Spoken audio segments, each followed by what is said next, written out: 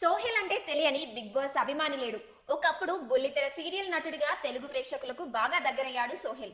ఆ తర్వాత big boss season 4 లోకి అడుగుపెట్టి తన ఆట తీరుతో మంచి గుర్తింపు తెచ్చుకున్నాడు. ప్రస్తుతం సోహెల్ వెండితెరపై తన అదృష్టాన్ని పరీక్షించుకుంటున్నాడు.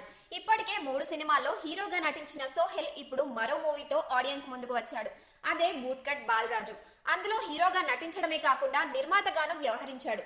టీజర్ ట్రైలర్ తో ఆసక్తిని కలిగించిన ఈ మూవీ ఫిబ్రవరి 2న విడుదలైంది. అయితే ఈ సినిమాకు పాజిటివ్ రివ్యూస్ వస్తున్నా థియేటర్లలో మాత్రం అసలు జనాలే కనిపించడం లేదు. దీంతో పలు థియేటర్లలో షోను క్యాన్సిల్ చేస్తున్నారు.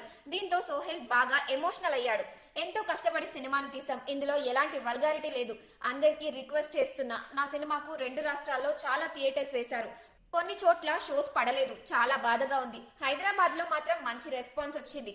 కానీ మిగిలిన చోట్ల జనాలు థియేటర్లకు వెళ్లడం లేదు. కంటెంట్ ఉన్న సినిమాలను ఎంకరేజ్ చేస్తామంటారు కదా, మాది కంటెంట్ ఉన్న సినిమా. ఒక 30 మంది వెళ్ళండి, ఓ 40 మంది వెళ్ళండి, వెళ్ళి చూస్తేనే కదా సినిమా ఎలా ఉందో తెలిసేది. సినిమా ఓవైపు జరుగుతుంటే 20 నిమిషాలు చూసి రివ్యూ టైప్ చేస్తున్నారు. రివ్యూ రాసే వాళ్ళని అనడం లేదు, కానీ 20 నిమిషాలు చూసి రివ్యూ రాసేస్తున్నారు.